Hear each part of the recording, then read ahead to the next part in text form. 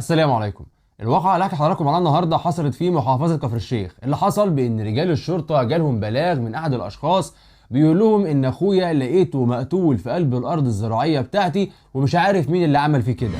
رجال الشرطة بعدها راحت على المكان اللي موجود فيه الضحية ولقوه واقع على وشه ومضروب على راسه من ورا ضرب مبرح، طبعا في نزيف، ده غير طبعا السحاجات والكدمات اللي موجودة في جميع انحاء جسمه. الراجل ده بيشتغل صياد. طيب ليه مشاكل مع حد؟ ملوش مشاكل مع حد. ابتدوا انهم يشوفوا المقربين منه. طب مين المقربين منه؟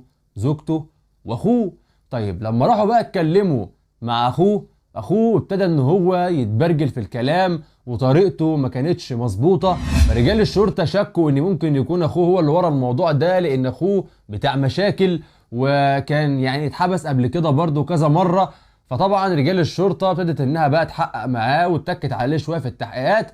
اعترف وقال لهم انا اللي قتلته، بس انا ما قتلتوش لوحدي. طب قتلته انت ومين؟ قتلته انا ومراته. انت ومراته؟ اه.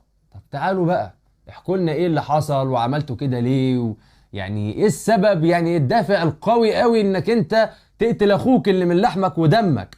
قال لهم اخويا وهو في السجن انا اقمت علاقة ما بيني وما بين زوجته، اقاموا مع بعض علاقة كاملة، وبجانب كمان ان الزوجة حملت منه، وطبعا راحوا ونزلوا الجنين.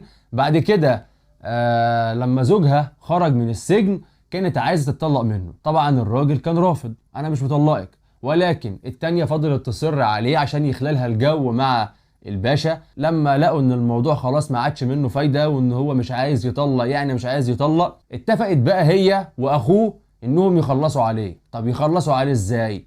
هي استدرجته لارض زراعية، الارض دي بتاعت اخو الضحية. مهم بشكل او باخر سحبته لحد هناك. كان مين اللي مستنيه هناك؟ اخوه. ساعة ما راح على طول بكوريك نزل ضرب على دماغ اخوه بالكوريك ده كذا ضربة، بقى يقع ويحاول ان هو يجري منه والتاني يطلع يجري وراه ويضربه برضه، ده غير طبعا يعني ضرب بقى في الوش والجسم.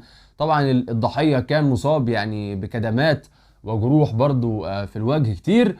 ولكن بعد ما خلصوا كل اللي هم عملوه ده كل واحد فيهم روح بيته ولا أكنه عمل أي حاجة، خلاص عادي خالص.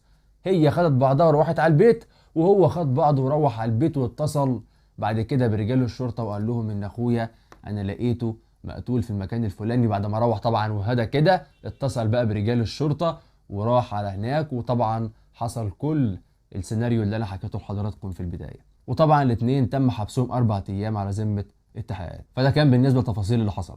ربنا يتغمده بواسع رحمته يا رب ويقتص من المجرمين دول ويحفظنا يحفظكم يا رب من اي شر، يبعد عننا وعنكم اي سوء.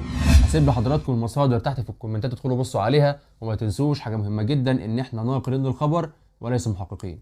وهسيب لحضراتكم كمان لينك قناه اليوتيوب الجديده تحت في الكومنتات. اتمنى كل اللي موجودين عندي يخشوا ويشتركوا ويفعلوا الجرس عشان عايزين نعلق قناه تاني بيكم، لان القناه القديمه كان عليها مخالفات كتير واتوقفت، وعايزين بقى كمان نوصل لل100,000 قبل نهاية السنة. فبإذن الله كده إن شاء الله وبدعمكم هنوصل لل100,000 قبل نهاية السنة. أنا حسام حمادة، أشوفكم على خير الحلقة الجاية. السلام عليكم.